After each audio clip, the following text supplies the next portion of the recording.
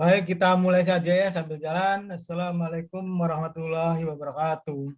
Waalaikumsalam Waalaikumsalam warahmatullahi Semoga semuanya sehat walafiat ya, Baik, Pak. dan tetap Amin. semangat ya.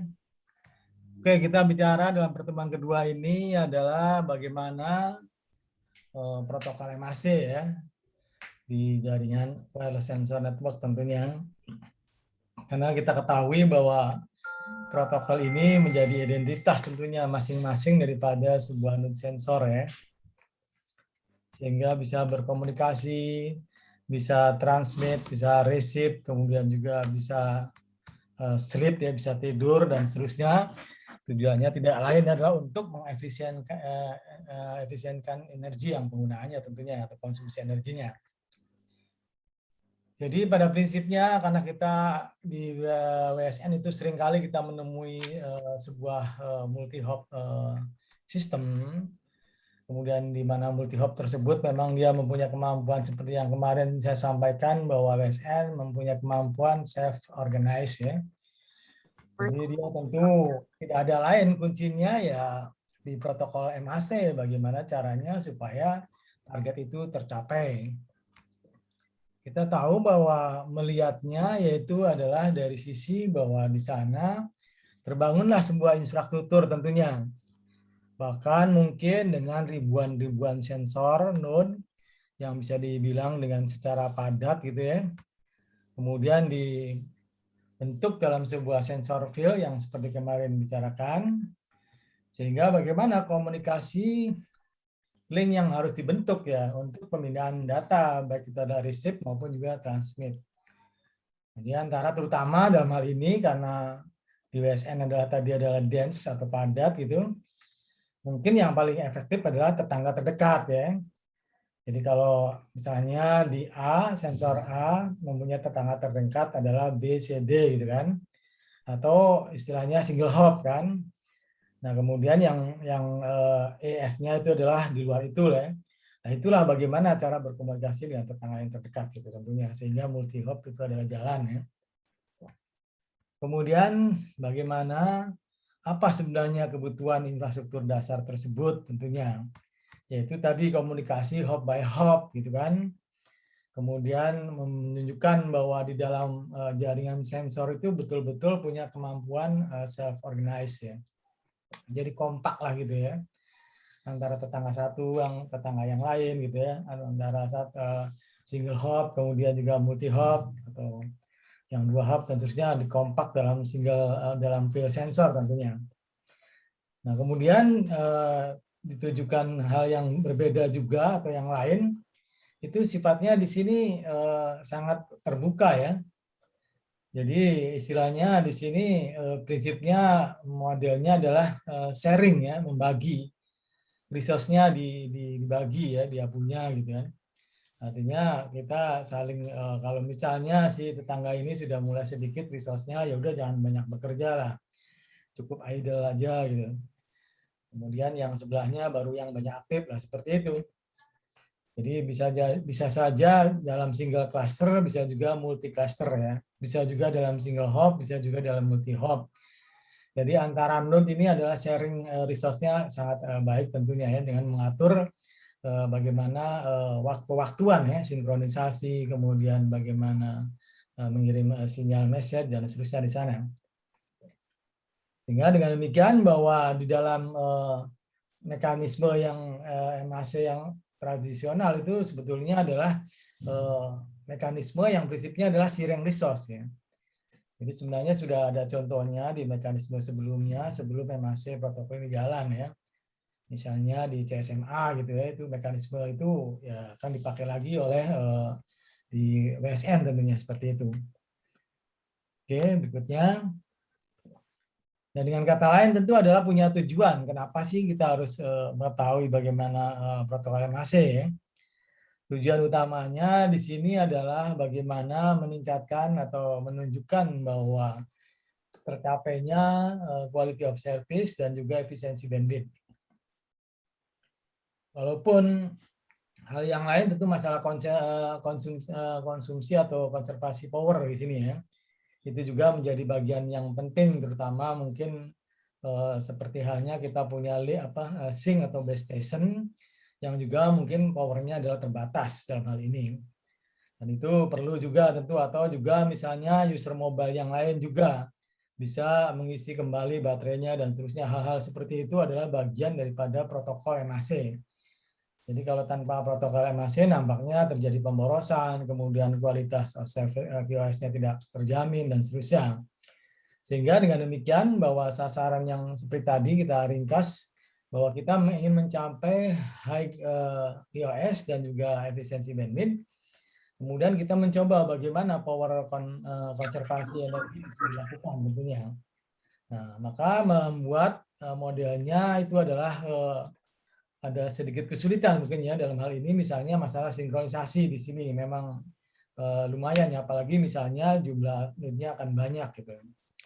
Nah, kemudian kita tahu bahwa di WSM sendiri masalah efisiensi power tersebut itu sangat langsung berpengaruh tentunya di lifetime ya, artinya keberadaan kehidupan node itu. Nah, di sini mungkin menjadi hal yang sangat prioritas di sini tentunya. Itu. Jadi walaupun akhirnya juga bahwa dengan adanya memperhatikan efisiensi power, akhirnya QoS dan bandwidth-nya juga harus menyesuaikan gitu kan. Jadi memang akhirnya menjadi prioritas utamanya di sini adalah efisiensi power. Atau dengan kata lain ada sebuah kompromi antara WSN, kita bicara tentang power efisiensi, dan MAC protokol kita bicara QoS dan bandwidth. Jadi tentu tetap bahwa kalau kita di WSN ya tentu prioritasnya adalah efisiensi power, tapi kita capaikan QoS-nya mencapai ya. Kemudian dengan power efisiensi kita mencapai juga bandwidth-nya efisien. Kira-kira seperti itu komprominya. Oke, sampai sini ada yang mau tanyakan? Silakan. Itu adalah pemahaman konsep dasar daripada MAC protokol. Kenapa kita perlu mengetahui hal itu gitu ya. Jadi akhirnya kita ambil kesimpulan bahwa memang dibutuhkan sebuah kompromis antara bagaimana sebuah node itu adalah supaya bisa live ya, long live gitu kan. Jadi dengan kata lain utamanya adalah power efisiensi. Kemudian kalau kita belajar dari MAC yang lain gitu selain bukan di WSN, itu memang di sana bermain bagaimana QoS itu tetap dijaga atau high level, kemudian juga masalah bandwidth efisien. Nah, di sini akhirnya dikompromikan, jadi nomor satunya adalah power efisien. Oke, ada yang mau tanyakan? Silakan. Sudah lumayan banyak, 23 ya, kurang jadi 22 berarti ya, dikit lagi ya. Oke, berikutnya kita lihat bagaimana satu persatu yaitu protokol SMAC atau sensor ya. Nah, ini kita lihat bahwa dikenal istilah di sana ada yang namanya periode listen dan periode sleep ya. Jadi ada listen betul-betul aktif ya, dia punya powernya, baterainya jalan, kemudian dia juga bisa mentransmit dan bisa mereceive ini. Jadi dia bisa menerima dan bisa memforwardkan. Sedangkan kalau sleep betul-betul ya sleep ya, artinya kondisinya tidur ya, baterainya off tentunya ya, powernya off. Kemudian ada lagi istilah yang namanya collision avoidance, jadi menghindar supaya jangan terjadi tubukan tentunya. Ini karakteristik di dalam CSMA mungkin ya, kita tahu. Nah, kemudian berikutnya adalah coordinate sleeping. Jadi memang kita tidak sembarangan, bagaimana masalah tidur juga harus dikoordinasi ya, tidak boleh sembarangan gitu. Kemudian juga masalah overhearing avoidance. Jadi jangan sampai satu node tetangganya tidak pantas, tidak tepat, tidak waktunya untuk menerima, kemudian dia mengambil juga gitu kan. Nah, seperti itu adalah kejadian yang namanya overhearing ya dalam hal ini. Jadi proses-proses ini adalah yang dipunyai oleh SMAC atau sensor MAC ya. Oke, kira-kira seperti itu. Kemudian berikutnya kita lihat yang pertama itu adalah bahwa bicara yang masalah listen dan sleep tadi ya. Jadi listen itu betul-betul baterainya aktif, kemudian dia bisa mereceive dan bisa mentransmit atau sebagai receiver, bisa juga sebagai sender ya, sudah siap gitu kan. Nah, kemudian kita bicara di sini adalah masalah tentu tetap punya frame tentunya. karena masing-masing slot itu ada dibungkus dalam sebuah frame. Kemudian juga kita bicara apa yang namanya dati cycle ya. Jadi interval berapa lamanya listen dibanding dengan panjang frame-nya. Jadi kalau misalnya periode listennya 2 sekon, kemudian panjang frame-nya 30 second, berarti kita bisa ngitung berapa duty cycle-nya. Berarti 1/15 kali 100% ya. Itu duty cycle bagian-bagian yang penting kita bicara di listen dan sleep tentunya. Kemudian ada di samping kita mengetahui adanya frame, berarti ada frame schedule di sini. Nah, itu tentu adalah kita di sini menyediakan bagaimana sebuah node tersebut untuk memilih kapan schedule-nya untuk dia listen, kapan schedule-nya untuk dia sleep dalam satu schedule frame tentunya ya. Kemudian apalagi di sini tentu kita tahu bahwa kebutuhan tentang adanya sinkronisasi bersama terutama dengan tetangganya ya, tetangga terdekat terutama. Harus sinkron kalau kita mau melakukan menghidupkan node sebagai listen, kita harus punya sinkron dengan tetangga yang terdekat sehingga sama. Jadi kita send berarti dia receive. Kita juga receive, ya send dan seterusnya seperti itu. Jadi harus ada sinkronisasinya tentunya. Kemudian kita juga bisa melakukan pertukaran secara schedule ya, secara periodik di sini. Dasarnya apa adalah yang namanya berbasis pada paket sinkronisasi. Jadi namanya periodenya adalah SP di sini, periode sinkronisasi. Nah, ini kemudian kita lihat bahwa node-node berkomunikasi itu adalah di dalam schedule listen time-nya.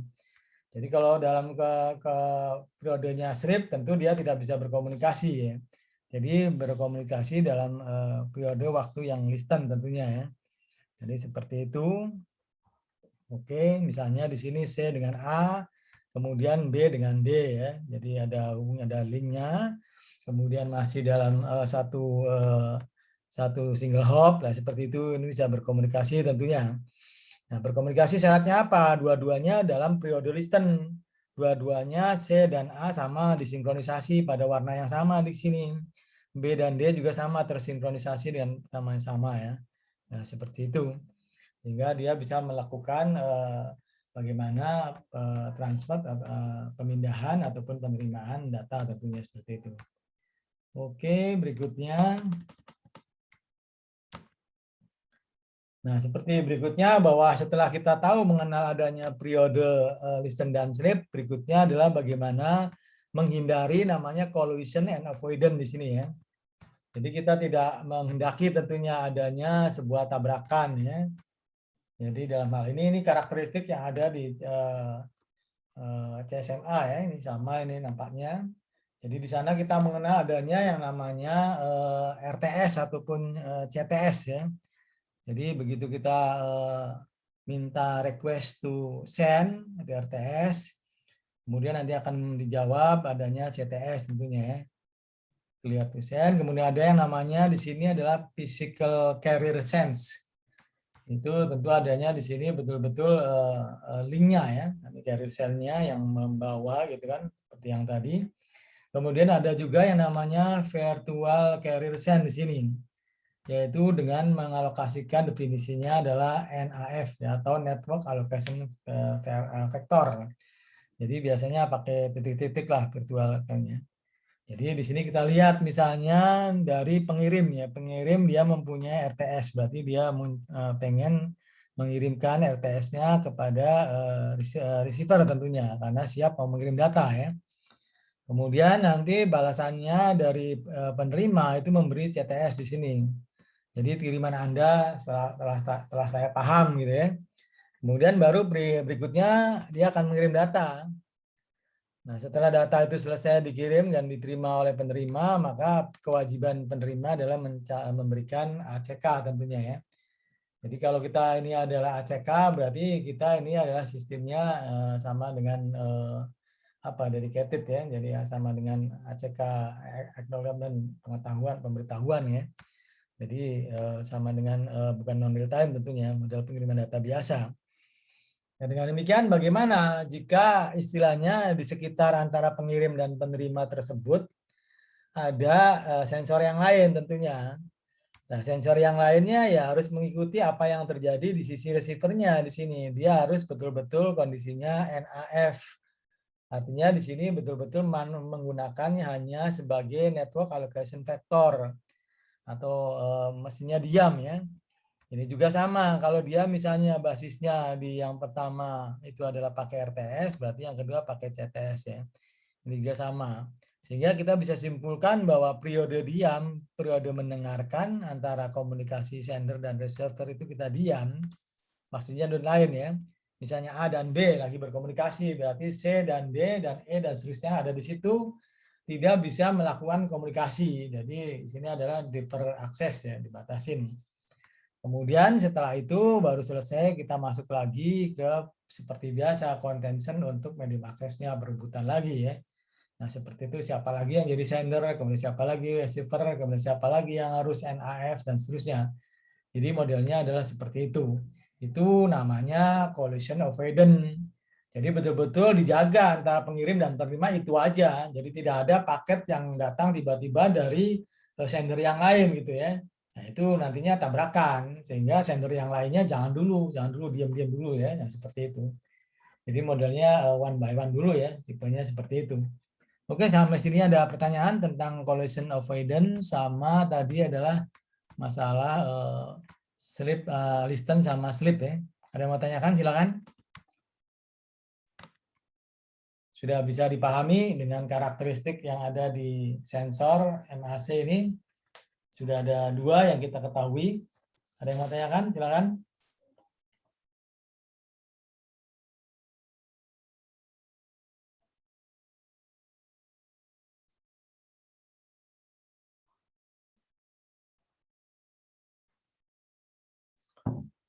Oke, kalau gitu berikutnya yaitu adalah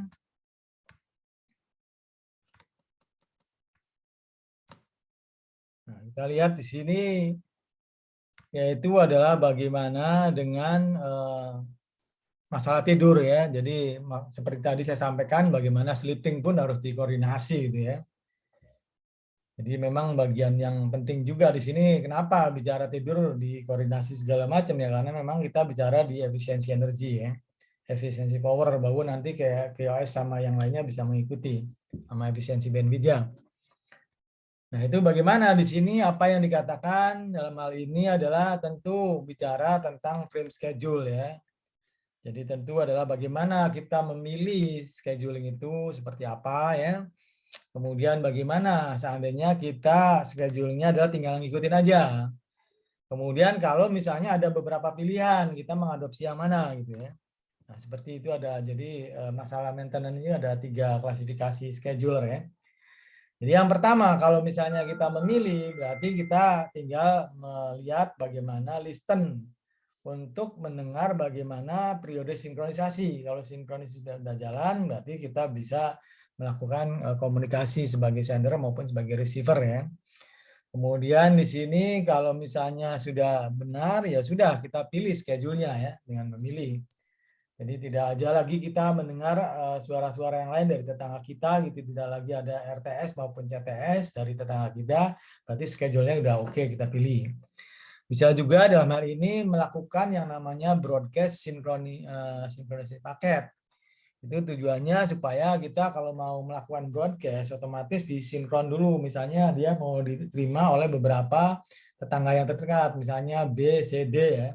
Berarti harus dilakukan dulu sebelumnya adalah dengan sinkronisasi paket. Habis baru itu baru masuk ke schedule-nya. Nah, seperti itu. Nah, jika kedua modelnya adalah mengikuti schedule di sini. Jadi otomatis di sini mungkin kita tinggal menerima saja ya schedule yang sebelumnya gitu kan, tinggal kita ngikutin tentunya. Kemudian apalagi jadi bukan memilih di sini adalah langsung menerima saja ya.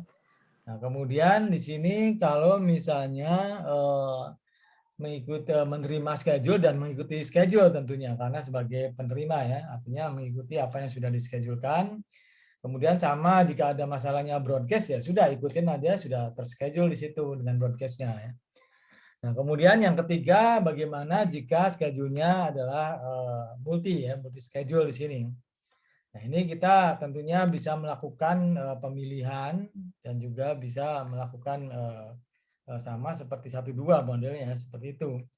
Atau juga kita menghapus, kita nggak perlu adanya, kita lakukan bahwa schedule yang dibuat itu nggak usah lah, kita pakai misalnya schedule yang sudah ada gitu. Following juga boleh adopsi ya. Kemudian juga seperti tadi bahwa mengikuti seperti follow tadi yang kedua ini, tapi dengan catatan di sini yaitu adalah khawatirnya di sini adalah menjadi boros. Lah itu juga hati-hati. Jadi kita mengikuti schedule yang sudah ada, tapi dikhawatirkan boros itu juga menjadi masalah tentunya ya. Jadi kira-kira itu yang dikatakan sebagai koordinasi sleeping. Jadi tentu kapan kita tidur, apakah kita berlaku sebagai sender ataupun receiver, kita perhatikan baik-baik masalah periode sinkronisasi. Kalau kita mau mengirim gitu kan, ataupun mau menerima, dua-duanya sudah jalan antara pengirim dan penerima sudah sinkron, baru lakukan pengiriman data dan seterusnya. Nah kira-kira begitu. Oke, ada yang mau tanyakan? Silakan. Izin Pak, izin bertanya Pak. Ya, silakan. Siapa namanya? Muhammad Ihsan Ismail Pak. Silakan Muhammad Ihsan. Apakah power save sama sleep itu sama Pak atau beda? Kenapa? Apakah power save sama sleep itu sama atau beda Pak?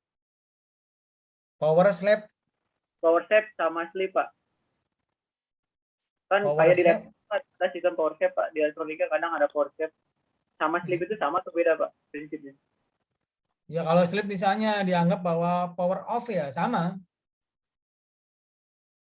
Gitu. Artinya powernya nggak bekerja gitu ya. Powernya nggak bekerja Pak ya? Iya. Itu bisa juga mungkin powernya hanya idle aja, dia tidak bisa menerima dan bisa mengirim, tapi powernya tidak mati. Bisa juga begitu. Oh, Itu berarti cara mengatur efisiensi energinya. kalau idle dia masih on tapi nggak bekerja gitu Pak? Iya, tidak bekerja, tidak bisa menerima dan tidak bisa mengirim. Kalau misalkan Pak lagi kondisi sleep atau idle Pak, misalkan kondisi sleep idle itu power yang dipakai berarti lebih sedikit Pak ya? Iyalah, sedikit. Jadi kalau misalnya kalau sleep-nya off ya berarti betul-betul terputus, powernya masih utuh kan. Tapi Ya, kalau Pak. misalnya dia idle ya berarti powernya pakai tapi sedikit gitu. Misalnya berapa? 5% lah gitu kan. Kalau yang off tadi ya berarti 0% lah gitu. Ya, Itu ya, Pak. kalau yang lagi kondisi aktif dari itu atau listen ya mungkin ya dia 50%, artinya dia siap mengirim dan dia siap terima ya. Ya, Gitu. Pak. Ya. Terima kasih. Oke. Ada lagi? Saya Muhammad mau Ihsan? Ya. tanya, Prof. Silakan Khairullah, Muhammad Khairullah. Silakan. Permisi Prof, ini saya kurang paham.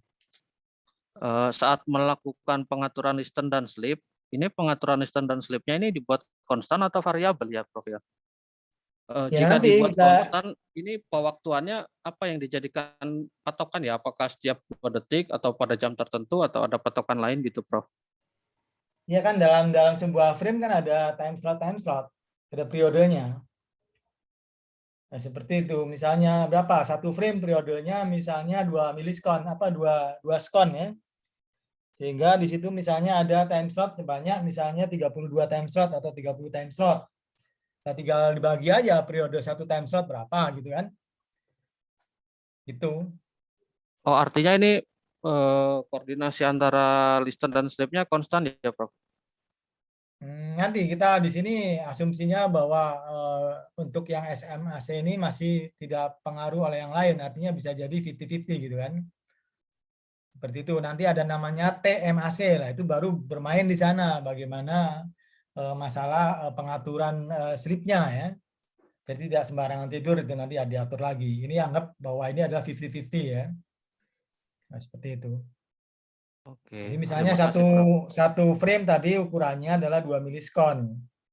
2 milisekund, kemudian dalam satu frame ada sebanyak 30 time slot lah misalnya ya. Jadi satu time slot berarti kita bisa ngitung itu periodenya kan. 2 detik dibagi dengan 30, jadi sekian milisekund kan. Nah misalnya di situ dapat periode satu time slot, katakan misalnya berapa? 60 ya, 60 milisekund.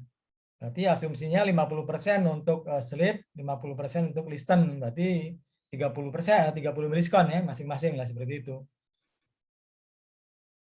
Itu masih idealnya lah. Nanti bagi-bagi lagi, ada lagi mana periode RTS, mana periode CTS, mana periode sinkronisasi, terus dibagi-bagi lagi waktu-waktunya itu ya.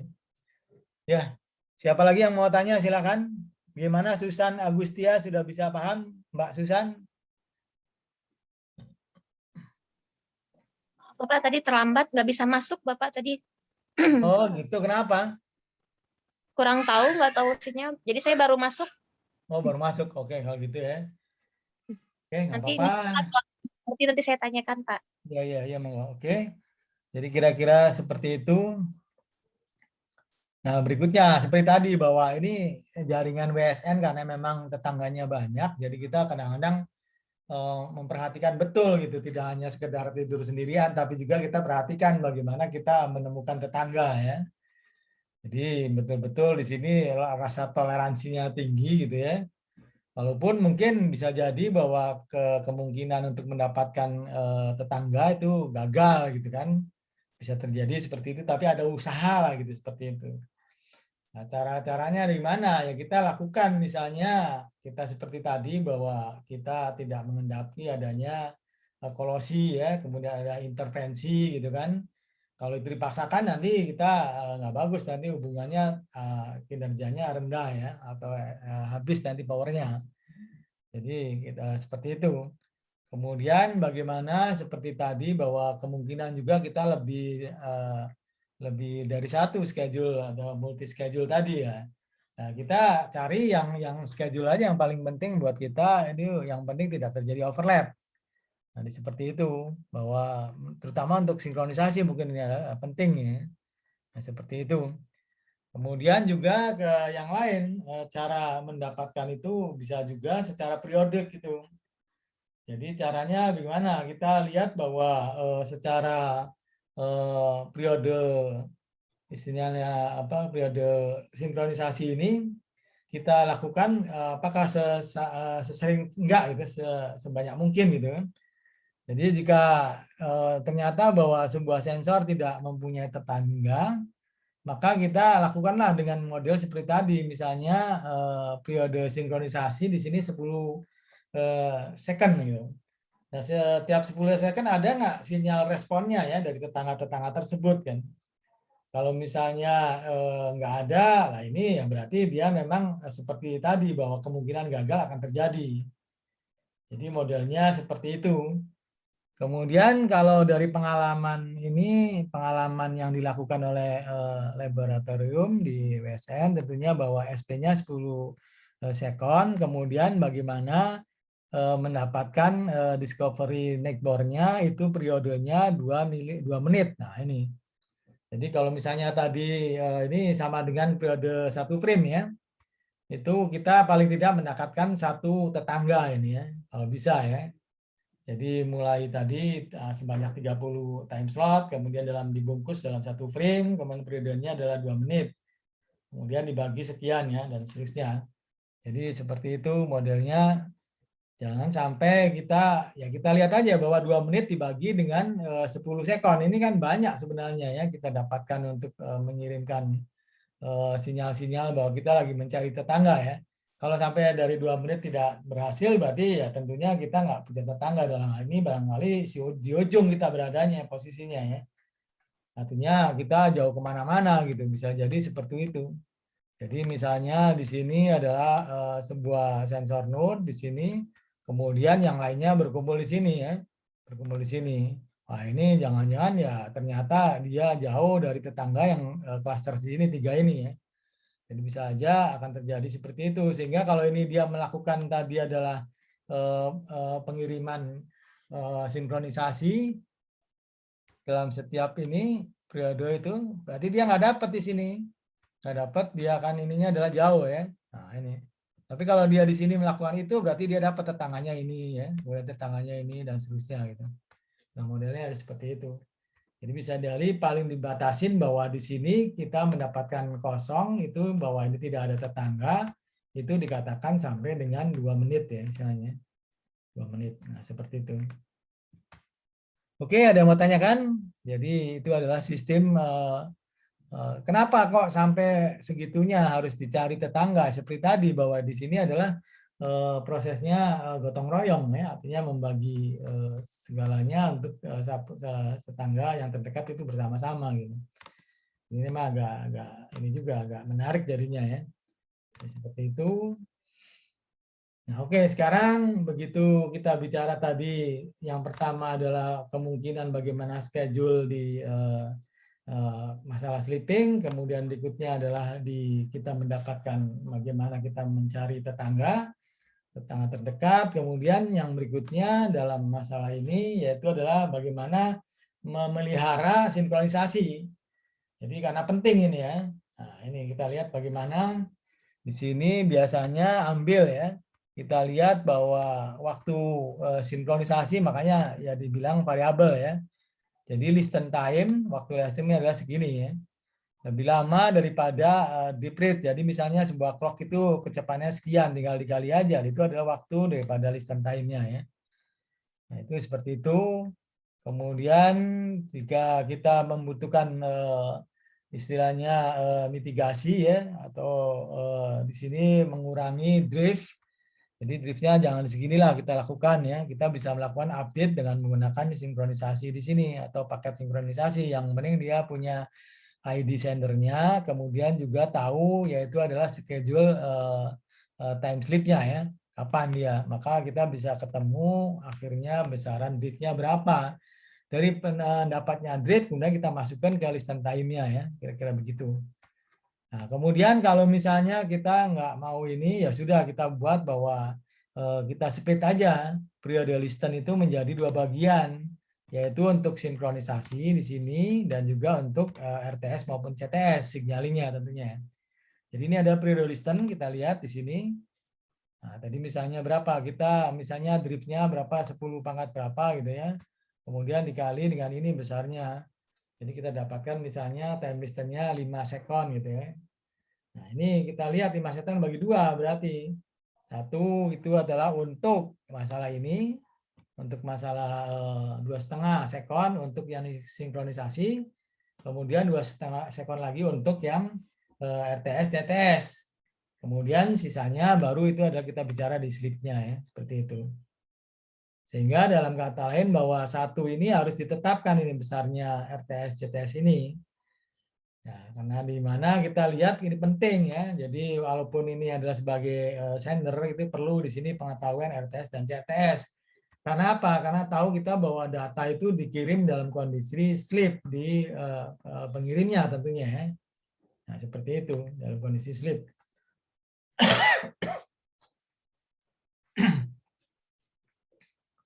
Oke.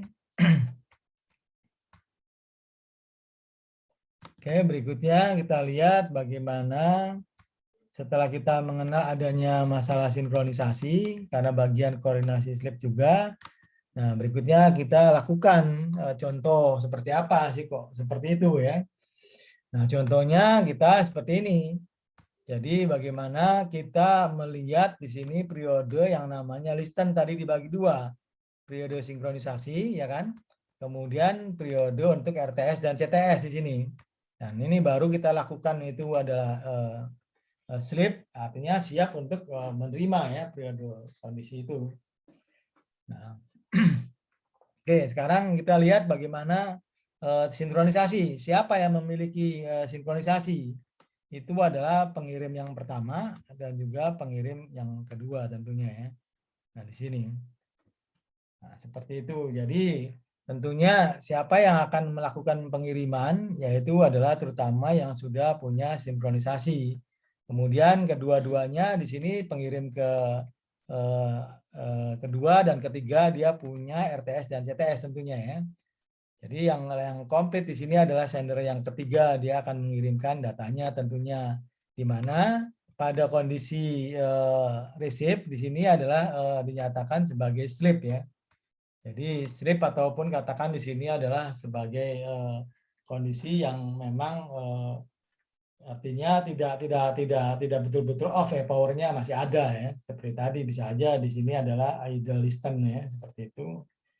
Jadi dalam hal ini paling tepat emang receiver, namanya receiver jangan sampai membuang banyak energi karena dia hanya sebagai penerima ya.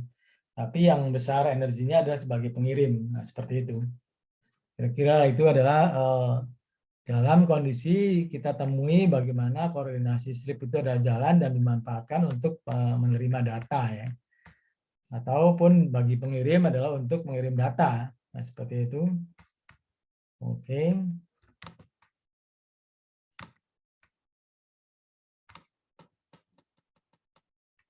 Nah, selain itu juga ada lagi yang namanya adaptive listening. Jadi kalau tadi dikatakan masalah contoh secara keseluruhan, bagaimana sinkronisasi, kemudian bagaimana periode listen dan slipnya, kemudian bagaimana pengirim data. Nah, kemudian secara keseluruhan kita paham betul bagaimana masalah koordinasi slip ya dengan contoh seperti ini. Nah, baru berikutnya adalah masalah yang namanya di dalam koordinasi slip itu ada yang namanya adaptive listening di sini. Nah, ini adalah tentu melihat bagaimana duty cycle-nya ya. Itu adalah sangat menarik juga. Karena di sini duty cycle adalah pembagian daripada listen dibagi dengan periode frame-nya. Jadi di sini ada yang namanya overhearing di sini ya. Jadi dia tetap wake up, tetap bangun ya. Pada kondisi di mana ada transmisi selama dalam hal ini adalah untuk RTS dan CTS.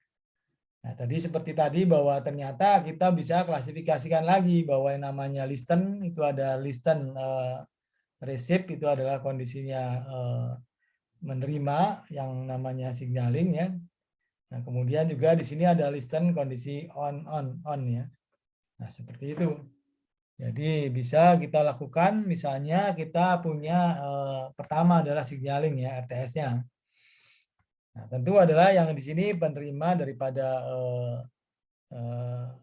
CTS-nya dia akan memberikan CTS ya untuk dikirim ke sender tentunya.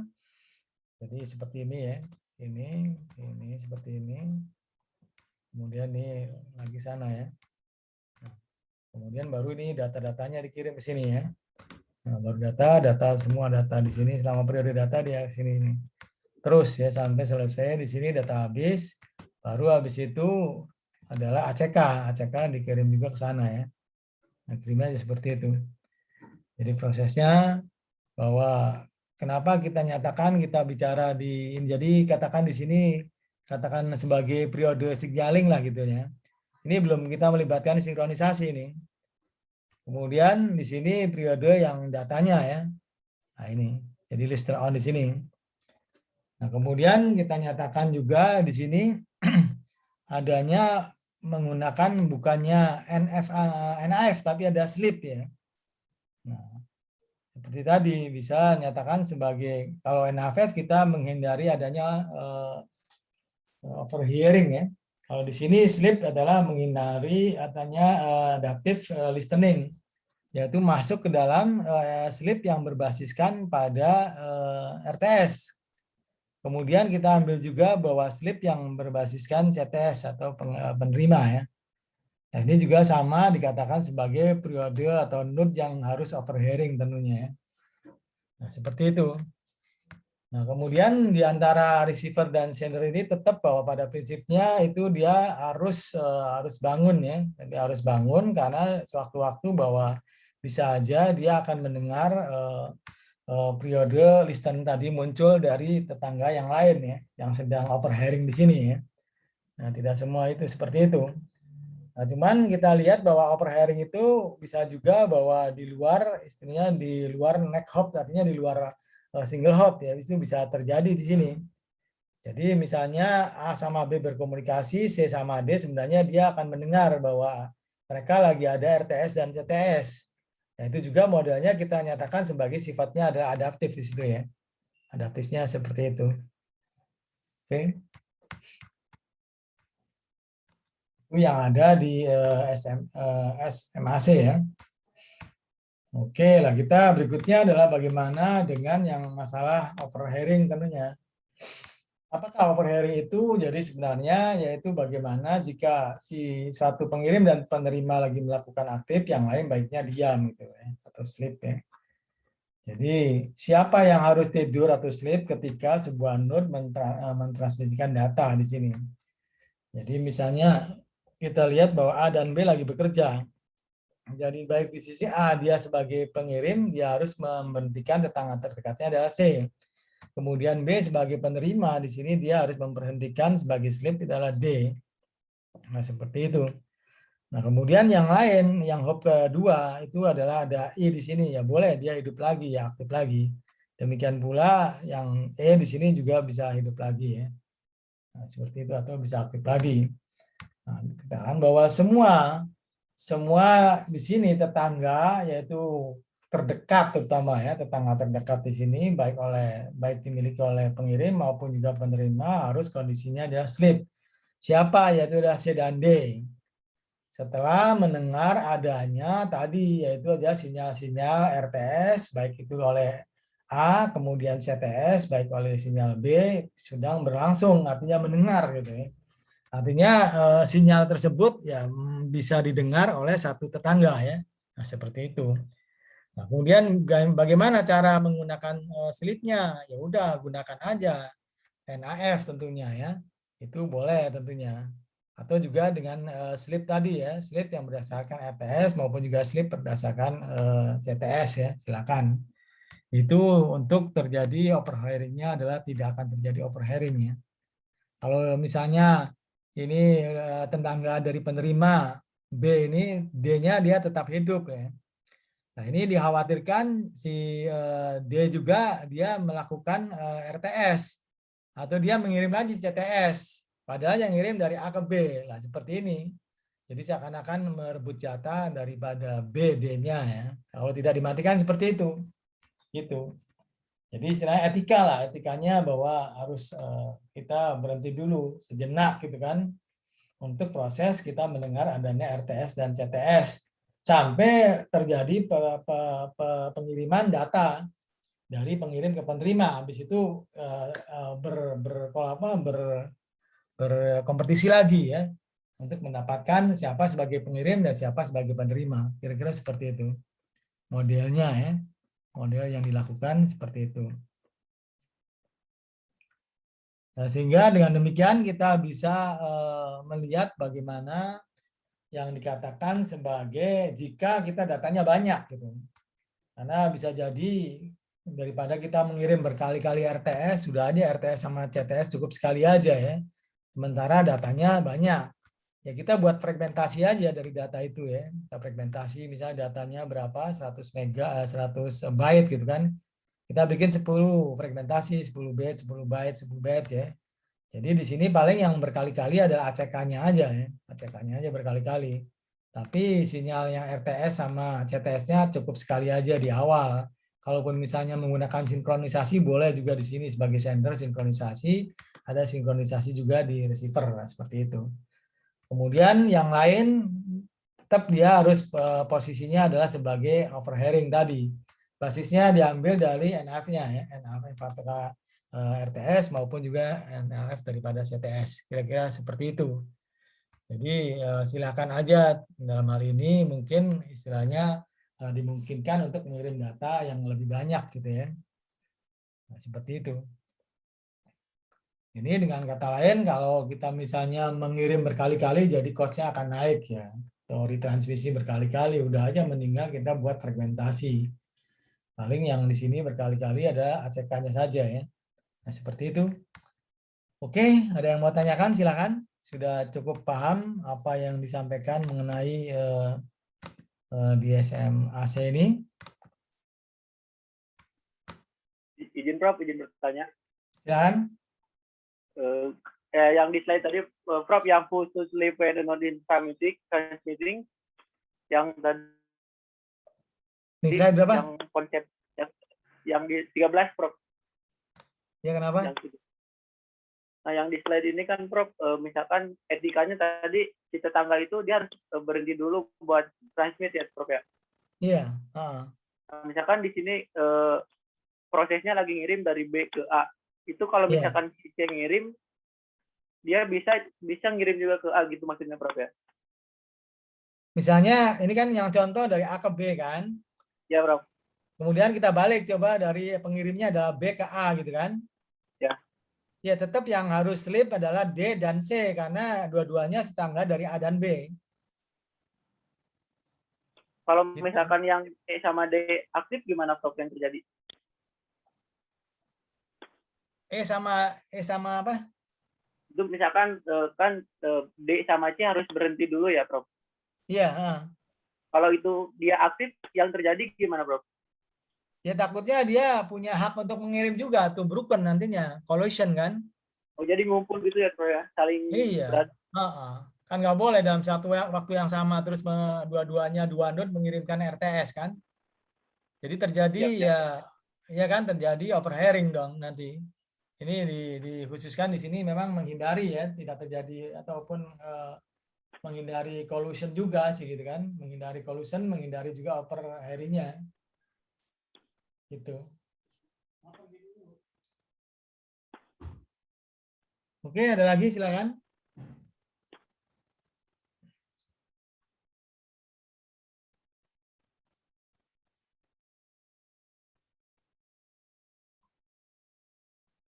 Nah, kemudian masih juga kita bicara di masalah efisiensi message jadi.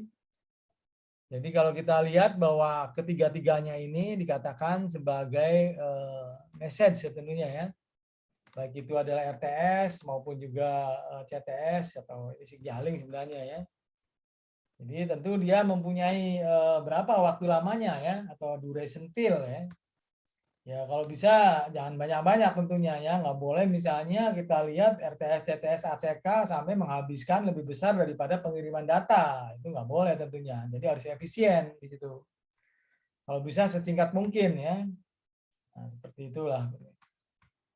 Nah ini juga persoalan nih, jika ACK tidak diterima maka otomatis waktu transmisinya jadi panjang. Apalagi dia melakukan retransmisi. Ya kan? Jadi apalagi misalnya ACK harus diupdate, jadi time-nya jadi lama. Jadi boro-boro mengirim data habis sama signaling saja gitu kan. Nah, ini yang nggak boleh, kondisi ini harus diperhatikan juga. Jadi ketiga besaran ini RTS, CTS maupun ACK itu betul-betul harus diatur bagaimana durasinya ya. Nah, kalau misalnya kita lihat perbedaan SMAC pada 80211 di sini. Nah, ini biasanya di sana modelnya adalah tidak seperti di SMAC ya, tidak di SMA PSN. Di sini adalah prioritas di sini. Jadi dicadangkan di muka ya. Jadi sifatnya bahwa besaran ataupun parameter daripada signaling ini adalah diutamakan, dipentingkan ya. Jadi diutamakan untuk yang kita bicarakan di SMAC ya, nah, seperti itu. Mungkin kalau di 80211 mungkin adalah tidak ya. Jadi kita lihat bahwa ini secara keseluruhan transmisi kita harus mengalokasikan bahwa ini adalah penting ya. Untuk hal ini, untuk pencadangan. Kenapa kita memperhatikan betul ya? Karena tadi kita bicara efisiensi energi ya. Power efisien untuk apa? Untuk lifetime daripada si node sensor ya bisa bertahan lama gitu kan. Oke. Nah, demikian kemudian kita lihat bahwa apa yang kita harus tahu gitu penyebabnya apa jika terjadi misalnya terjadi pemborosan. Pertama seperti tadi adalah collision. Ya kan, kalau tubrukan berarti akan menjadi repot lagi kita membangun ulang ya, baik signaling maupun datanya. Kemudian yang kedua, yang tadi seperti kita nyatakan overhearing. Jadi harusnya dia tidur, dia tetap ngedenger juga ya. Artinya ada jangan-jangan dia ngirim RTS gitu kan sebagai pengirim lah, ini repot. Jadi di mana suatu node mengambil paket yang seharusnya diterima oleh node lain. Jadi bisa aja bahwa tadi dia-nya harusnya tidur, dia enggak. Makanya dia artinya dia mendapatkan receipt juga lah. Ini kan repot ya. Nah, kan tidak terjadi, nanti terjadinya ya pemborosan. Nah, seperti itu. Yang ketiga adalah paket overhead. Nah, ini bisa terjadi ya. Jadi di data tentunya, datanya sendiri masuk dalam paket overhead. Artinya paket-paket di data menjadi beban gitu kan. Nah, ada istilah lagi yang namanya idle listening di sini, yaitu kondisi di mana node berada dalam kondisi mengaktifkan radionya hidup di sini. Namun tidak melakukan transmit maupun receive di sini. Jadi tidak mengambil paket dan juga tidak mengirim paket ya, dia hanya idle listening. Nah, kemudian pada SMAC yang ada di PSN ini dikenal adanya namanya duty cycle di sini. Ya, dia merupakan rasio daripada perbandingan periode listen dan dibagi dengan periode panjang frame. Jadi kalau misalnya kita ingin mencari berapa duty cycle-nya, kalau bisa sekecil mungkin ya, artinya lebih efisien sehingga daya hidup baterai tersebut atau node tersebut menjadi lama gitu. Nah, kita lihat sini. Jadi untuk mengatur sleep period di sini user dapat mengatur nilai duty cycle-nya dari 0 sampai 100, dari 1 sampai 100%. Sehingga kalau kita kaitkan antara duty cycle dengan energi yang harus disimpan, di save gitu, itu adalah sebagai berikut. Jadi yang harus di-save itu yang tadi, justru yang sleep-nya itu pada saat dia tidur ini berarti itu yang sebagai efisiensinya atau yang disimpan energinya. Sedangkan kita tahu bahwa periode frame adalah periode listen ditambah dengan periode sleep ya. Jadi dengan kata lain kita bisa masukkan di sini bahwa periode sleep itu sebenarnya dengan kata lain bahwa pembagian daripada ini ya. Jadi kita lihat ini sleep-nya adalah sebagai yang disimpan. Jadi kita total bahwa ini ada yang salah ini ya. Jadi ini adalah salah ini ya. Ini adalah listen ya. Jadi kalau dicari sleep di sini adalah waktu frame ya kan. Periode frame dikurangi ini pindah ke sini ya. Ya kan? Jadi negatif ya. Jadi kalau kita mencari di sini itu adalah untuk ini kan sleep. Jadi besarnya adalah periode frame dikurangi dengan periode ini adalah listen tentunya ya. Ya, listen ini salah ini. Ya kan? Listen ini. Bukan sleep, listen. Ya kan? Listen, jadi kita periode frame sama frame dibagi 1. Jadi ini adalah periode listen dibagi dengan periode frame ya. Nah, itu adalah segi daripada yang dikaitkan dengan energi tentunya. Nah, kita lihat bagaimana kelanjutannya, yaitu bahwa kita tadi definisikan duty cycle ya, kemudian dihubungkan dengan energy saving di sini. Jadi kalau duty cycle adalah pembagian daripada periode listen dibagi dengan periode frame, maka kalau gitu akhirnya kalau mencari ingin energinya sebesar-besarnya di save, berarti di sini harus sangat kecil ya pembagian ini ya kan. Nah, ini kecil. Itu syaratnya seperti itu. Jadi dengan demikian duty cycle ini harus sekecil mungkin ya kan. Supaya apa? Supaya energi yang disimpannya adalah besar. Supaya apa? Supaya lifetime-nya adalah lama. Nah, di situ. Sehingga kalau kita bicara sekecil mungkin duty cycle-nya berarti mengatur periode listen. Nah, mengatur periode listen berarti jangan banyak-banyak listennya ya, seperlunya saja gitu. Atau misalnya node-node yang tidak berfungsi untuk mengirim dan menerima paket ya, ataupun data, dia masuk ke idle listening. Nah, di situ. Kemudian ya yang lainnya mungkin bisa periode listen ya. Jadi ada idle listening, ada idle listen, kemudian ada yang sleep ya. Nampaknya seperti itu. Oke, ada mau tanyakan seperti ini?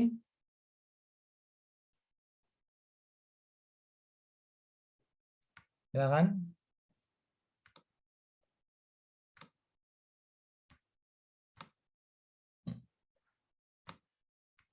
Oke, berikutnya kita lihat adanya yang namanya time out MAC.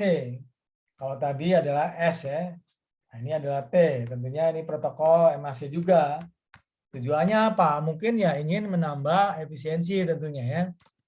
Jadi ini adalah juga prinsipnya adalah dikatakan sebagai adaptive energy efficiency protokol untuk PSN.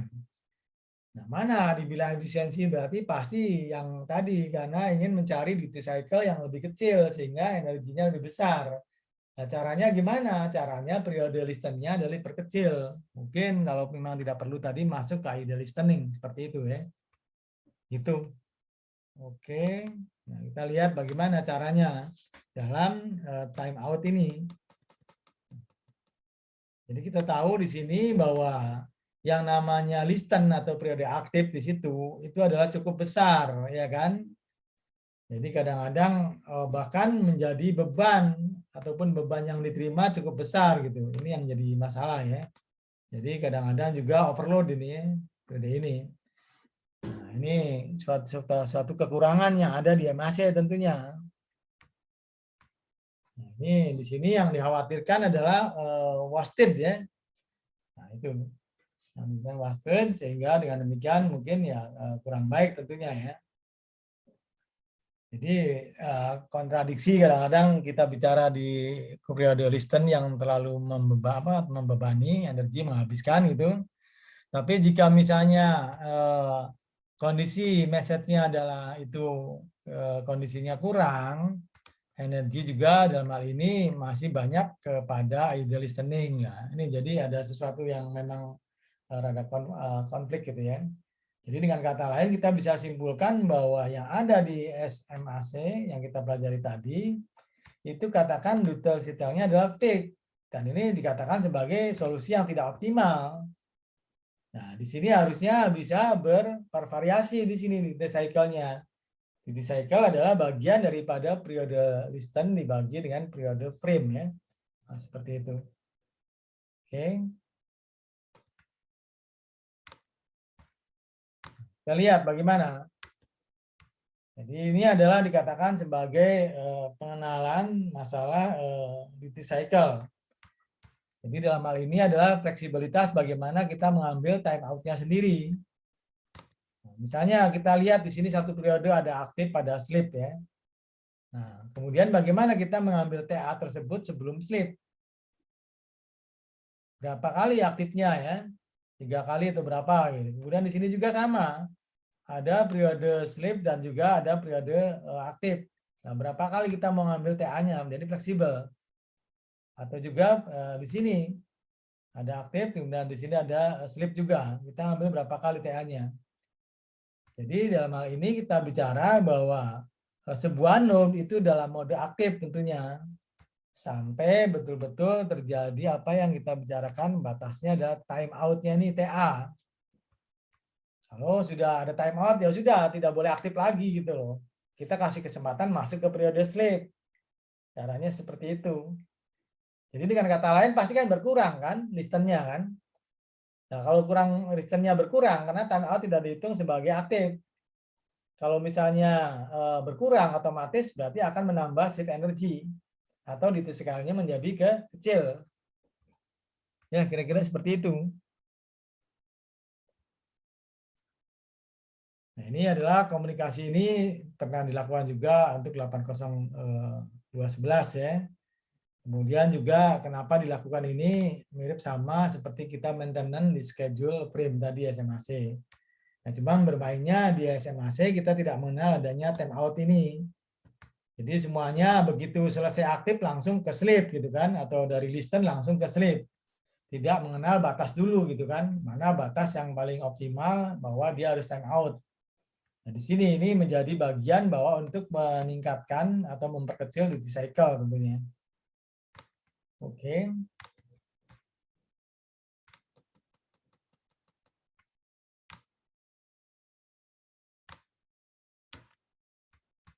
Nah, ini berikutnya adalah kita lihat bagaimana sih sebenarnya RTS operasinya ya. Jadi dalam kondisi yang tadi di TMAC tentunya. Nah, kita seperti tadi bahwa kenyataannya ada yang namanya contention interval ya. Jadi siapa nanti habis setelah si A dan B itu sebagai pengirim dan penerima, habis itu siapa lagi gitu kan. Maka di sini apa yang dikatakan sebagai waiting atau listening untuk random time dalam sebuah contention yang sifatnya fixed di sini. Kalau di dalam 80211 itu adalah eksponensial ya. Nah, seperti ini, maka di sini kita lihat bagaimana ambil bahwa periode turn-nya itu adalah pada beban maksimum. Jadi siap-siap, itu adalah periode untuk masuk ke listennya ya. Kemudian asumsi bahwa beban adalah selalu tinggi dan tidak bervariasi. Ini buat adalah asumsi untuk bagaimana kita bicara tentang listen, kemudian bagaimana RTS itu akan bekerja, kemudian time out itu akan berpengaruh pada periode listen. Kira-kira seperti itu. Ya.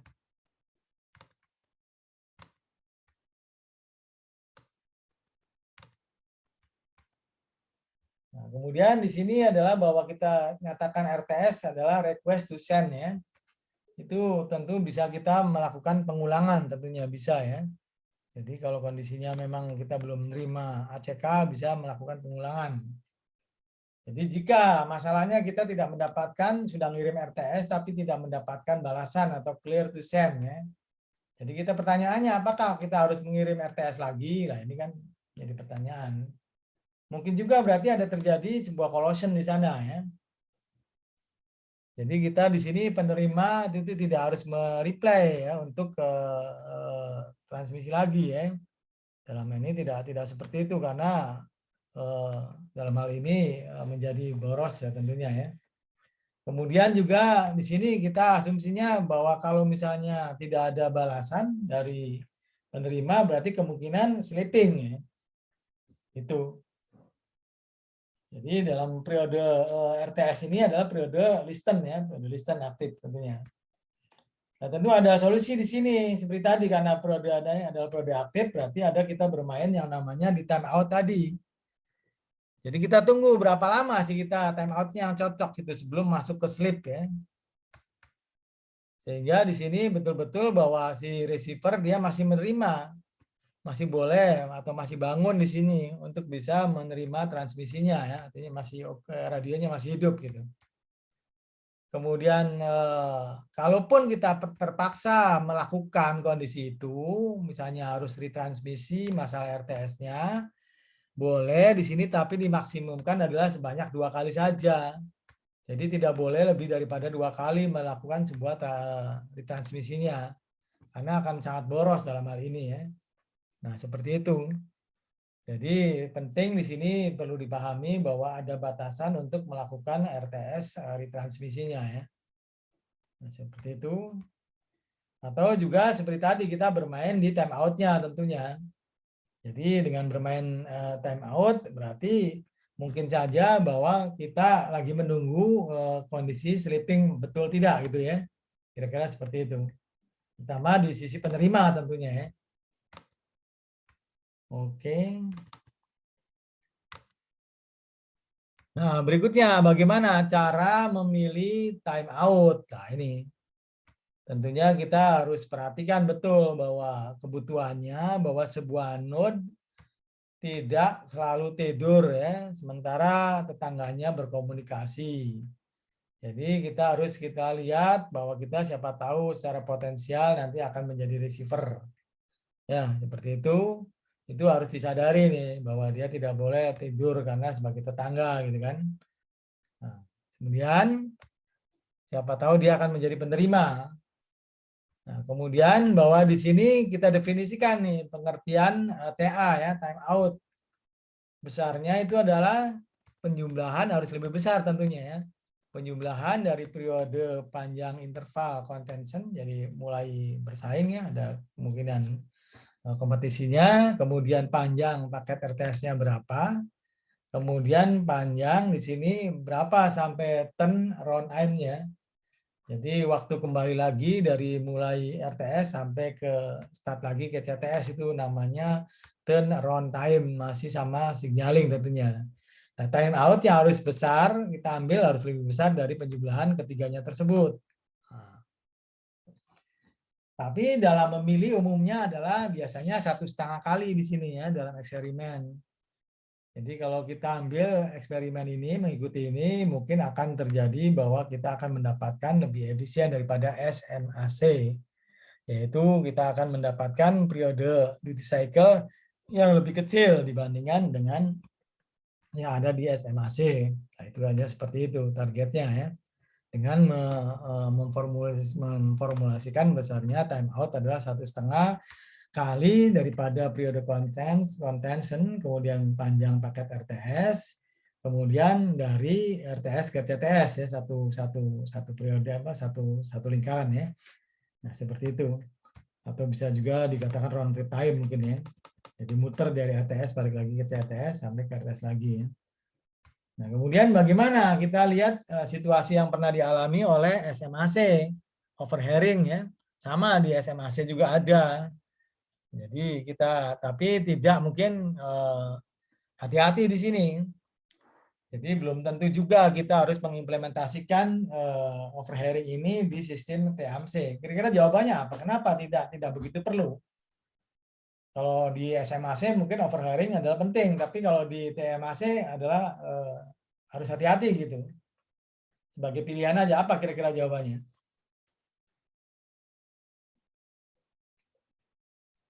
Gimana? Apa kira-kira?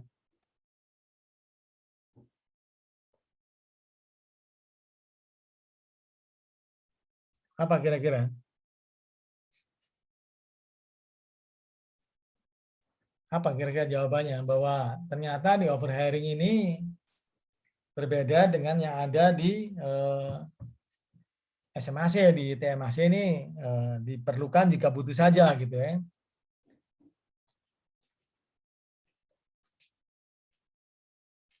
Jadi di sini kita lihat bahwa pertimbangannya, misalnya kita bahas ya bahwa sebuah node akan menuju sleep setelah overhearing RTS, CTS yang lainnya adalah sudah selesai ya. Ya, seperti itu. Kemudian misalnya di sini bahwa kondisinya betul-betul bahwa tidak ada ya RTS maupun CTS-nya hilang di sini. Jadi terpaksa dia akan melakukan overhearing.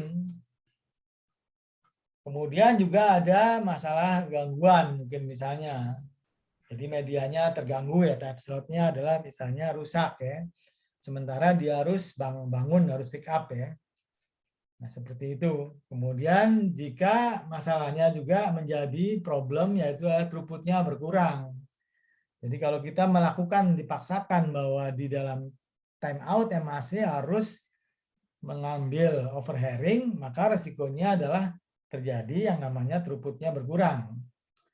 Jadi dengan kata lain bahwa overhearing avoidance tidak digunakan ketika ingin mencapai maksimum throughput yang dibutuhkan.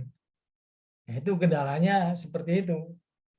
Jadi dalam hal ini adalah hati-hati kita sasarannya apa. Kalau misalnya kita ingin menghendaki throughput yang maksimal, ya udah kita tidak melakukan overhearing di kondisi TMAC. Tapi kalau misalnya kita bukan karena throughput, kita ingin mendapatkan sebuah efisiensi energi yang lebih maksimal, lebih efisien. Ya udah kita pakailah bahwa overhearing di TMAC harus kita lakukan. Walaupun nanti throughputnya rendah gitu kan dibandingkan oleh SMAC, tapi lebih efisien. Nah, itu konsekuensinya ya. Oke. Nah, kemudian bagaimana apa yang terjadi di SMAC, kemudian kita coba melihatnya di sisi TMAC ya. Jadi di sini adalah kita kenal yang pertama adalah bagaimana masalah tidur duluan ya. Early sleeping problem itu adalah menjadi masalah gitu ya, menjadi kehati-hatian di dalam TMAC ini. Tapi kalau misalnya di SMAC nggak ada masalah, mau tidur mau enggak, pokoknya jadwalnya sudah tetap, sudah fix. Kenapa di sini harus ada ya, karena masalahnya adanya time out gitu kan. Nah, seperti itu. Nah, misalnya di sini ada node A, kemudian B ya. Ini ada 4 node, kemudian C dan juga D di sini ada 4 node ya. Nah, semuanya ini adalah lagi aktif. Jadi semuanya juga mungkin punya data ya. Nah, ini adalah periode yang memang semuanya adalah contention ya. Artinya siapapun yang mau masuk, kebetulan contention yang paling cepat adalah dilakukan oleh A. Makanya A adalah mengirim di sini ya kan, RTS. Kemudian ngirim ke B, jadi dapat membalas dengan CTS ya kan. Nah, nyampe ke C dia hanya ngedenger aja nih. Ya kan, dia hanya ngedenger, makanya dikasihnya titik-titik ini. Nah, kemudian melanjutkan prosesnya adalah dengan data tentunya, ya kan? Data dikirim sampai dia menerima lagi ACK. Nah, ya kan? Nah, dia tentu dari C ini adalah dia tahu bahwa apa yang terjadi sudah sampai ACK, berarti dia ini. Makanya dia persingkat, berarti kontennya dia harus merebut dong, dia harus tahu, dia dapat. Jadi dia mengirim berikutnya RTS tentunya. Ya kan? Kemudian si node B dengar bahwa si node C dia sudah mengirim RTS. Nah, kemudian bagaimana perlakuan yang lainnya? Misalnya kondisi kita lihat bahwa kondisi A berkomunikasi dengan B, misalnya di sini bahwa C merasa kehilangan. Ya kan? C merasa kehilangan keduanya itu.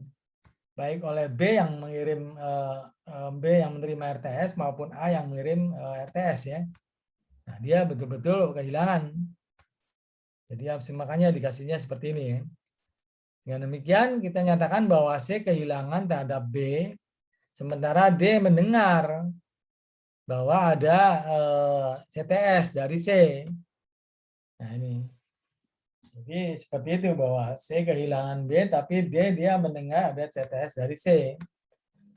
Jadi dia mendengar ini bahwa ada CTS dari C, itu adalah tahu ya, sampai ketahuan. Nah kemudian bahwa C adalah loss terhadap A, otomatis ya, dia apalagi jauhnya lebih dari dua hop, jadi C juga kehilangan B, kehilangan juga A. Tapi di sini dia tentu tidak mendengar sesuatu. Jadi anggapnya bahwa C dianggapnya adalah masih silent gitu kan. Dengan demikian maka dia lakukan bahwa kondisinya ya sudah, setelah batas time out dilakukan oleh D, akhirnya dia melakukan sebuah sleeping ya, tidur di sini.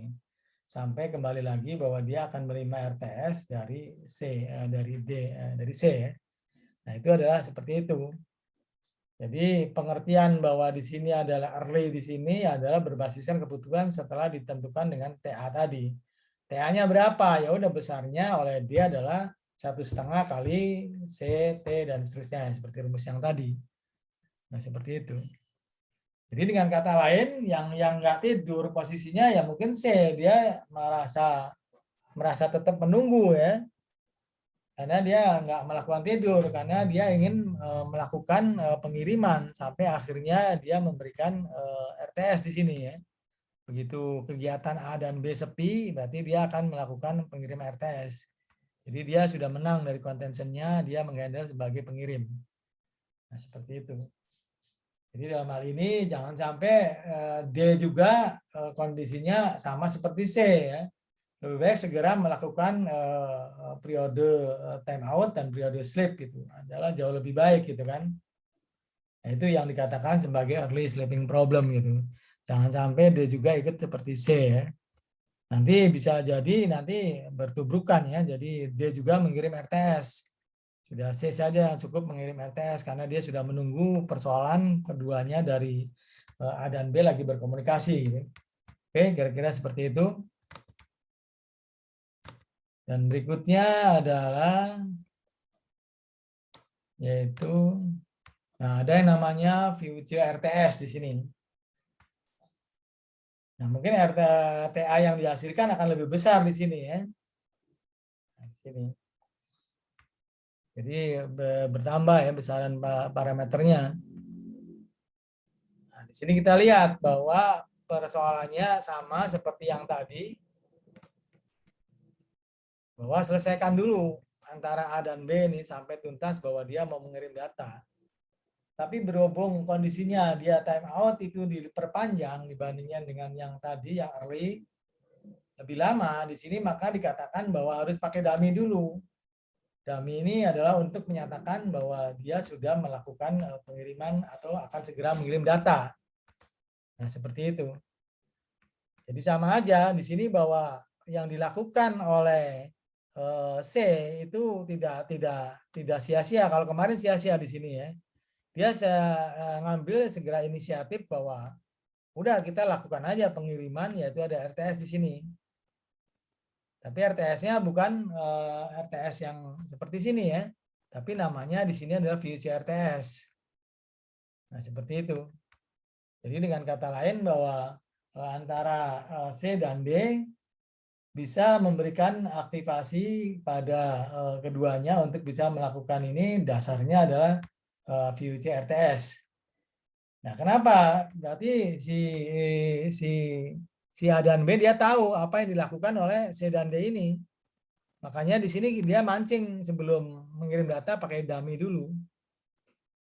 Nah, jangan-jangan nih benar juga nih bahwa si C dan D lagi melakukan ya, lagi melakukan proses signaling ya. Walaupun dia di sini belum mengirimkan data ya. Seperti itu. Jadi di sini bahwa terpaksa C itu adalah mengirim VUC RTS di sini. Dan tentu adanya punya durasi tentunya ya. Sehingga ini adalah dibuat schedule tentunya kapan dia berdasarkan mengirim RTS, yaitu berdasarkan besarnya timeout ini ya. Nah, seperti itu. Nah, ini pasti adalah pengiriman ini akan berpengaruh pada data tentunya kan. Jadi akhirnya apa? Akhirnya yang dilakukan A dan B yaitu adanya postpone data di sini. Yaitu di sini untuk mencegah adanya overlap tentunya ya. Jadi dibuat modelnya adalah dummy data yang dikirim di sini, bukan data beneran.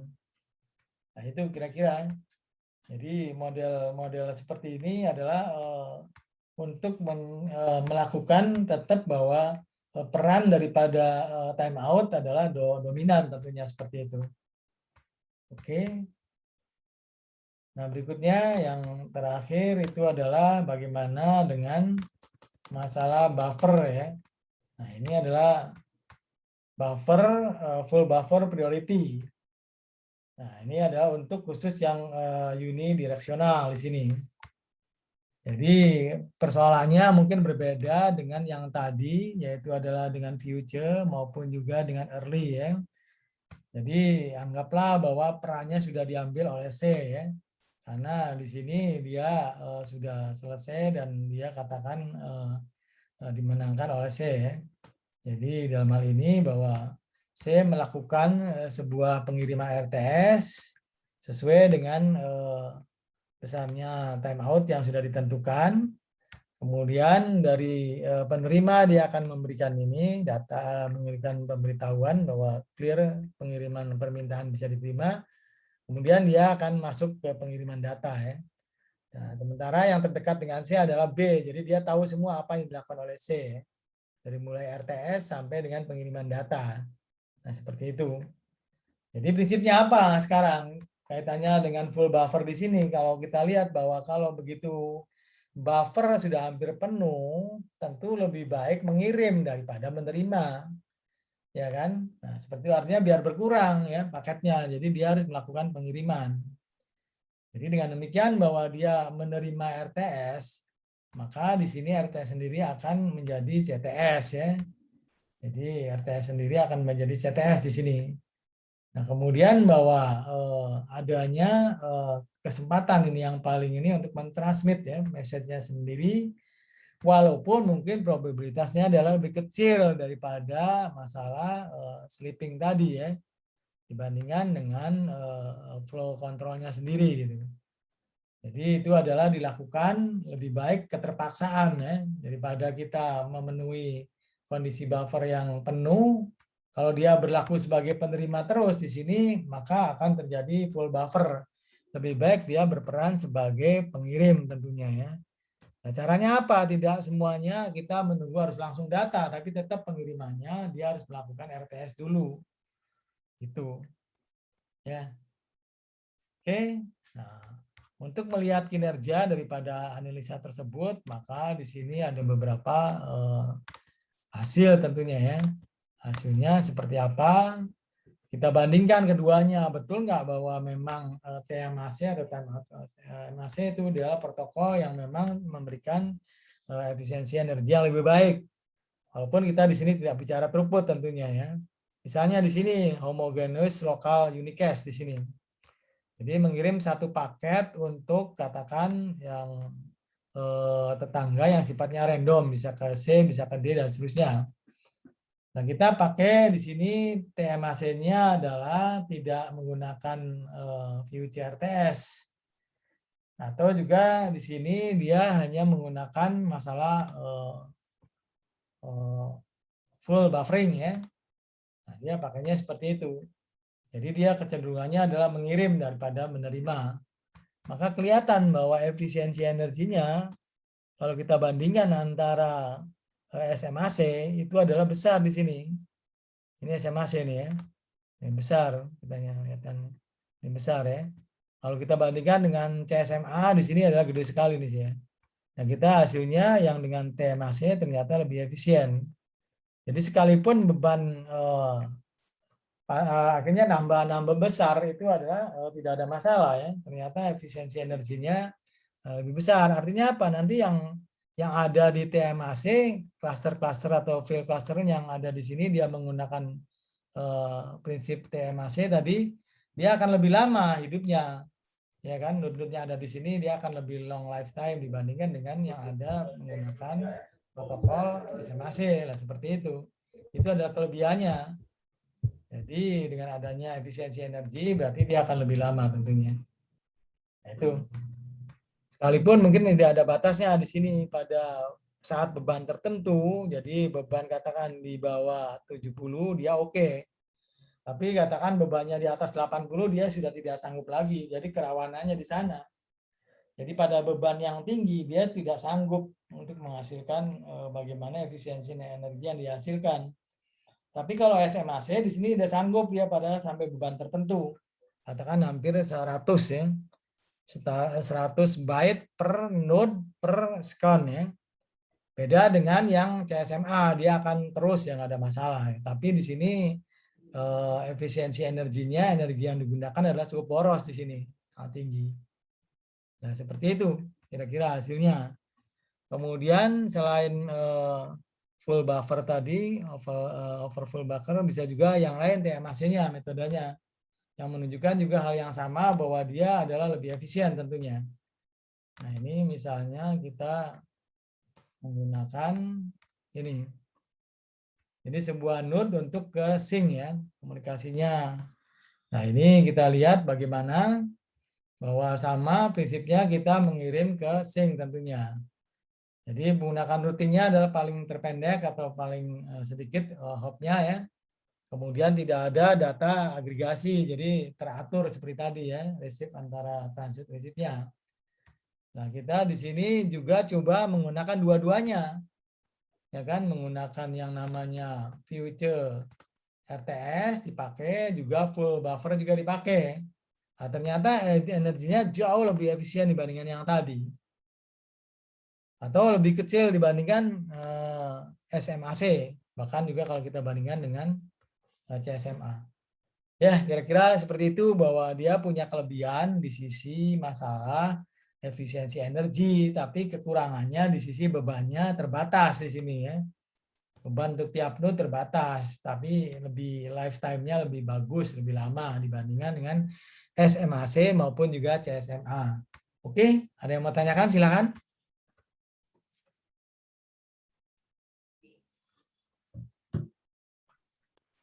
Izin Bro, izin tanya. Ya, silakan. Bro, kalau misalkan di aktualnya kan bikin sistem node A sama node B ya, Bro. Terus misalkan Kenapa? kalau misalkan di aktualnya ada sistem node A sama node B. Ya. Misalkan yang A kan dia nge-transmit RTS. Terus si B-nya ini kondisinya lagi sleep idle. Nah, tapi yang harusnya dia itu CTS, tapi si transmitternya kurang power atau kurang apa, CTS-nya masih drop, nggak nyala, bisa nggak drop jadi itu? Ya, nggak ada masalah sih, bisa aja terjadi. Berarti nggak nyala juga. Nggak terima datanya. Iya, berarti kalau nggak keterima kemungkinan bahwa dia diambil ke yang lain ya, yang mungkin dia punya power tadi. Berarti itu yang masih ke listen. Gitu. Kalau misalnya dia nggak terima seperti tadi bahwa praduganya kondisinya mungkin ada sleep gitu kan, nah seperti itu. Kenapa Muhammad Iksan kok ini suaranya nggak jelas ya? Apa? Ini internetnya nggak bagus ya? Iya, koneksinya Prof agak kurang. Koneksinya putus-putus ya? Iya, siap Prof. Gitu, jadi memang ada kelebihan masing-masing kalau kita lihat protokol MAC ini, tinggal kita cari yang mana. Kemudian untuk mengkaji lebih jauh silakan Anda bisa baca di buku yang saya kirim ya tadi pagi itu ya. Itu ada beberapa protokol MAC yang lain selain S sama M sama T ya. Mungkin ada yang lain juga, silakan Anda baca. Di situ adalah cukup bisa meyakinkan bahwa kadang-kadang kita pilih yang mana gitu loh. Ini seiring dengan tadi bahwa kalau kita pakai overhearing, contohnya konsekuensinya di TMAC throughputnya rendah. Nah, ini seperti ini juga. Jadi dia punya kelebihan di sisi efisiensi atau lifetime gitu kan. Tapi kekurangannya yaitu tidak bisa melakukan overhearing karena konsekuensi overhearing berarti dia akan menjadi rendah kan throughputnya gitu. Nah, seperti itu. Sedangkan overhearing bagi SMAC adalah penting ya kan. Nah, seperti itu. Jadi contohnya seperti ini bahwa apa yang terjadi di dalam TMAC misalnya kalau kita lihat di dalam proses ini ya. Jadi nampaknya di sini seperti yang tadi gimana? Nah, ini kan sebenarnya kondisi ini ya tidak menggunakan overhearing gitu kan. Jadi bisa aja bahwa si C itu menjadi pengirim gitu ya. Itu padahal mungkin aja misalnya node lain yang akan duluan akan melakukan hal yang seperti itu. Tapi karena ini dinyatakan bahwa silakan aja berkompetisi siapa yang duluan akan mengirimkan RTS-nya gitu kan. Nah, seperti itu. Jadi seakan-akan bahwa RTS yang diberikan dari B ke C ya diabaikan saja. Justru malah C-nya sendiri dia mengirim ke tetangga yang terdekatnya, ke D dia mengirim RTS. Nah, seperti itu. Ya karena dalam hal ini dia mengabaikan prinsip daripada overhearing-nya. Nah, kalau dia misalnya overhearing-nya seperti tadi bahwa A dan B lagi berkomunikasi atau B mau mengirim ke A atau B mau kirim ke C, ya dia tentu mengerti tidak melakukan itu ya. Tapi karena di sini bahwa kita tidak memperhatikan overhearing karena ingin mendapatkan throughput yang stabil gitu kan, ya akhirnya dia bisa mengirim RTS-nya gitu. Kira-kira seperti itu. Ya. Dan nanti misalnya contoh-contohnya cara mendesainnya bagaimana implementasi baik di SMAC maupun TMAC kita rancang ya beberapa node misalnya. Kalau ini kan hanya 4, kita buat misalnya 5 atau 6. Kemudian pengirimnya siapa gitu kan? Pengirimnya misalnya kita balik misalnya E dan D gitu kan. E dan D lagi aktif. Kemudian bagaimana C, B dan A lagi seperti apa ya? Kita harus bisa menggambarkan bagaimana RTS-nya, bagaimana CTS-nya, bagaimana datanya, bagaimana ACK-nya dan seterusnya. Dan bagaimana kalau kita menggunakan timeout tadi. Jadi gambarnya kita harus paham itu bagaimana avoidance overhearing dan seterusnya ya.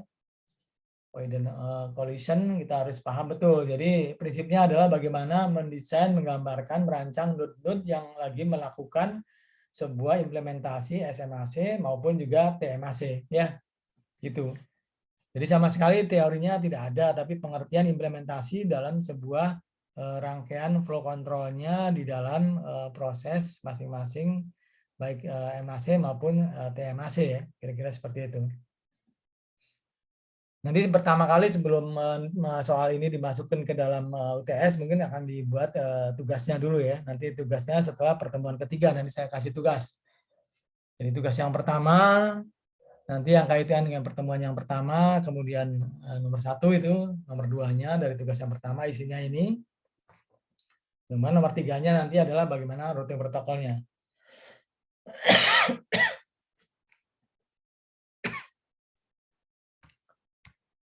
Oke, ada yang mau tanyakan silakan. Saya belum absen ya, absen dulu ya.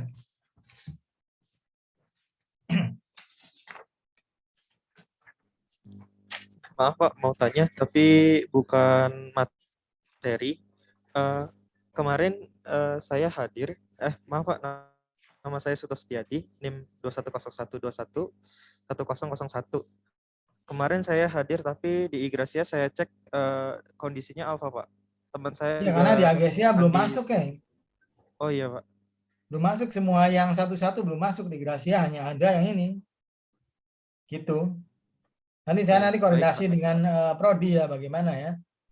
Kalau Iya. misalnya masuk akan saya edit lagi gitu ya. Ya, baik Pak. Terima kasih Pak. Oke.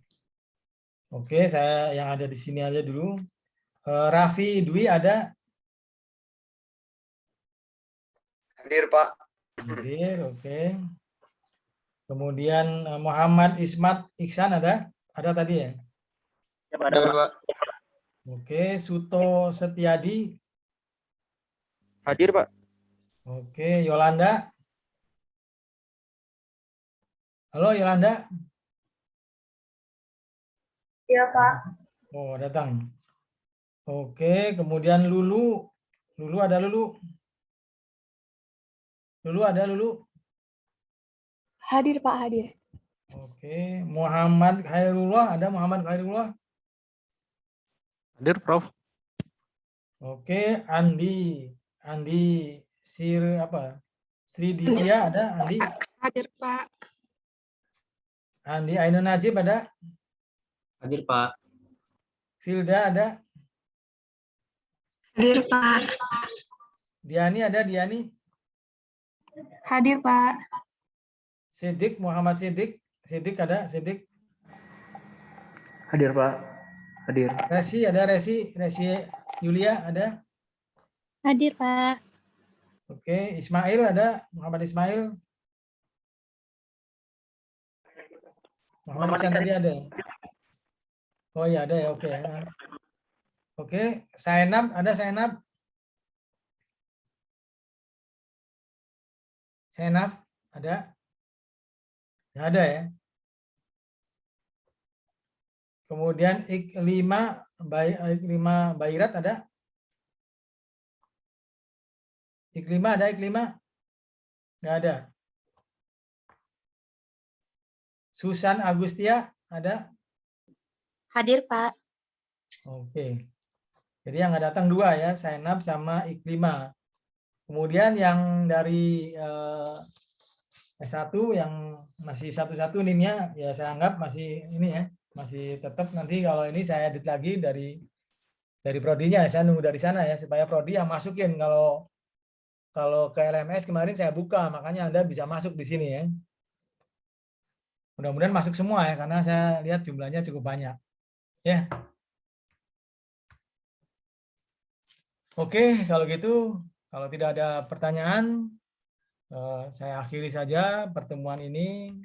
Sudah tidak terasa pertemuan ketiga nanti minggu depan dan kita akan bicara routing protokol, dan routing protokol itu biasanya kita bisa melakukannya untuk tesis ataupun untuk penelitian tentunya ya, karena sangat menarik di sana, apalagi dikaitkan dengan IoT.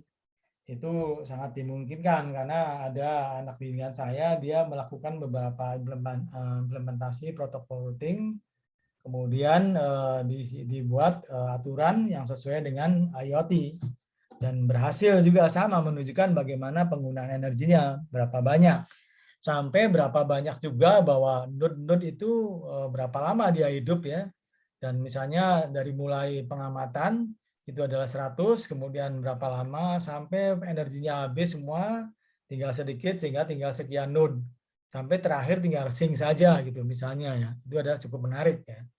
Kemudian antara protokol routing yang satu dengan protokol yang lain kita bisa kombinasikan. Nah, bagaimana mengenai konsumsi energinya seperti apa? Atau tadi kita menggunakan prinsip-prinsip bahwa bisa menghidupkan misalnya throughput yang lebih besar ya. Nah, mungkin kalau masalah delay mungkin ya lain lagi ya, karena delay di sini pengaruhnya seperti tadi ada menggunakan HCK, jadi kemungkinan sangat besar delaynya. Itu risikonya ya. Tapi di sisi lain bahwa data secara full itu bisa dikirim dari sender ke receiver ya, kira-kira seperti itu. Oke, kalau gitu saya akhiri. Terima kasih atas kehadiran Anda dan sampai ketemu lagi minggu depan. Saya mengucapkan, saya tutup. Alhamdulillahirrahmanirrahim. Assalamualaikum warahmatullahi wabarakatuh. Terima kasih ya. Waalaikumsalam warahmatullahi Terima kasih, wabarakatuh. Pak. Sampai ketemu lagi minggu depan ya. Ya, terima kasih, Prof. Yuk sama-sama. Terima kasih, Pak. Semoga izin. Makasih, izin Pak. ya. Ya, makasih.